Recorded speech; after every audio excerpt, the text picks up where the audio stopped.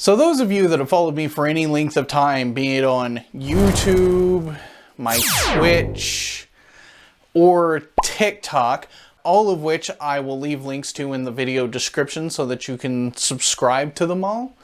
I do get up to some pretty hilarious stuff, if I do say so myself.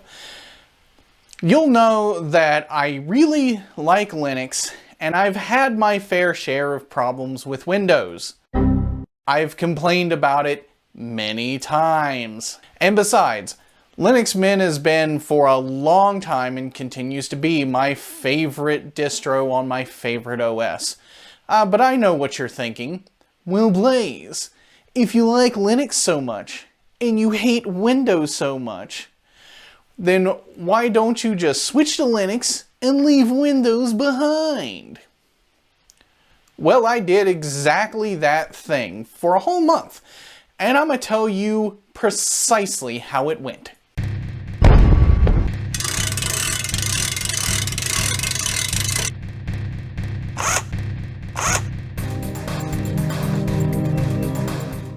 Before I get started on this journey, I want to set up a few ground rules. Number one, as much as I love Linux, I still need to have a Windows computer for work, and it'll be nice to have my desktop to fall back on in case something goes wrong and I'm not able to game or edit on my Linux machine.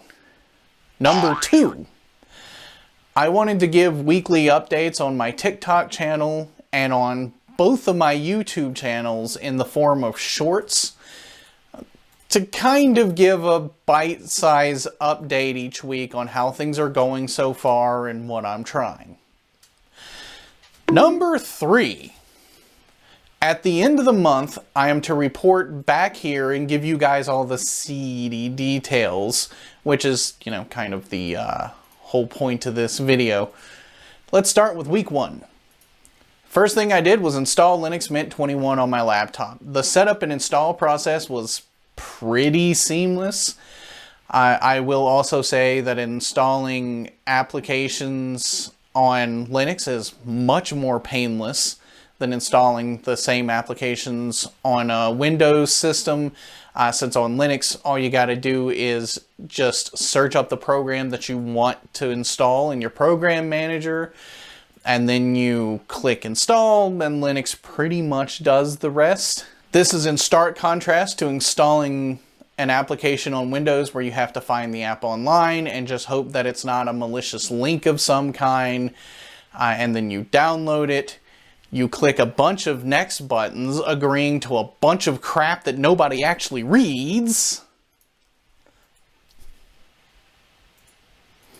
It's also much faster and easier for me to set up a new PC on Linux than it is on Windows, particularly for this reason. Anyway, I digress. I got all my apps installed and I was off to the races. Then I did what I normally do on a laptop. I did some online work. I played some games, although I do mostly play games on my desktop since it is so much more powerful than my laptop. It's nice to know that I have the option to play games on my laptop should the need arise, like if the power goes out or if I want to go somewhere. I also did some web browsing, and everything was going great right up until I tried to edit some video in DaVinci Resolve. To be fair, I did also have a problem with my Windows PC where the Windows updated, and as it is wont to do, the Windows update borked DaVinci Resolve, but this isn't a super common occurrence since it only happens about once every few months maybe. And it's usually fixed by just doing a fresh install of DaVinci Resolve. So it's not that big of a deal, but it is something that happens. I'm gonna go ahead and mention, because I know that it's gonna show up in the comments, that I am completely aware of Kdenlive's existence. And Kdenlive can eat a big bag of... Please, you can't say that on the internet. Oh. Sorry. But I really hate it. It's fine for the people that use it, but it is not for me. I find it to be complicated and cumbersome to use. A lot of effects that I use in my videos are either missing or they're much harder to do what I need to do, and it runs like a turtle through cement on my laptop. Granted, this could very well be due to a lack of hardware power on my laptop, but it runs DaVinci Resolve on Windows just fine, and DaVinci Resolve is way more resource intensive than Kdenlive. Anyway,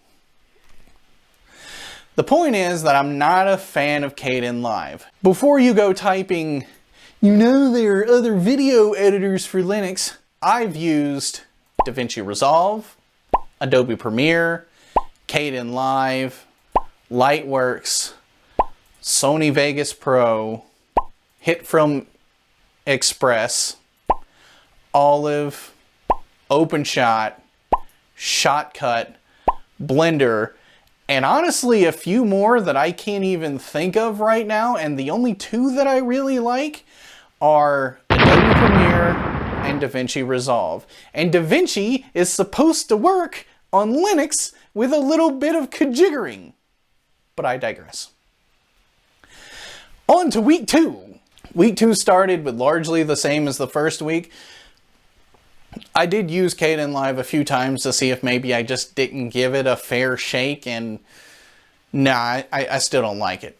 I did manage to get my Kdenlive files to port to my Windows PC so that I could render them on my desktop, which greatly decreased my rendering times, so, you know, there's that, I guess. I also took this opportunity to try a bunch of different distributions. I tried Pop! OS, Ubuntu, Zorin OS, CentOS, because DaVinci is supposed to work natively on CentOS, and, you know, you're also supposed to be able to use OBS on CentOS. Anyway, and I tried Nabara for a few different reasons, and I really liked Nabara too. It's not an official distro, but it is kind of billed as like the creator's Linux, and I really hope that it, you know, gets updated and gets better with time, because that's really going to be one to look out for. But as of right now, Linux Mint is still my favorite distro. I also installed Bottles to get DaVinci Resolve, or the Windows version of DaVinci Resolve, and Fusion 360 to work, and it worked really well.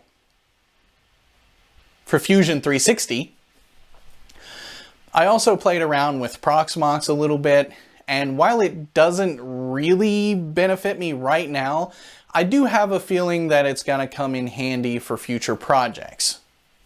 Week 3. For week 3, there's really not much to report. I didn't really use either of my PCs that much due to my work hours being completely ridiculous for the holidays and Christmas falling in that week, as well as New Year's. I did some light web browsing. Linux Mint 21.1 did drop while I was on break though, and I was super excited. I had resolved, see what I did there, to install it as soon as I was back at my computer and doing regular work again. Don't shake your head at me, Plinky. I'm funny. She's disdainfully shaking her head off of camera, and I get that. On my final week of the Linux challenge, and before I had to decide on which one I'm going to be using full-time for the foreseeable future on my laptop, by the start of the week, Linux Mint 21.1 had dropped, so I gave it a fresh install and reveled in its glory.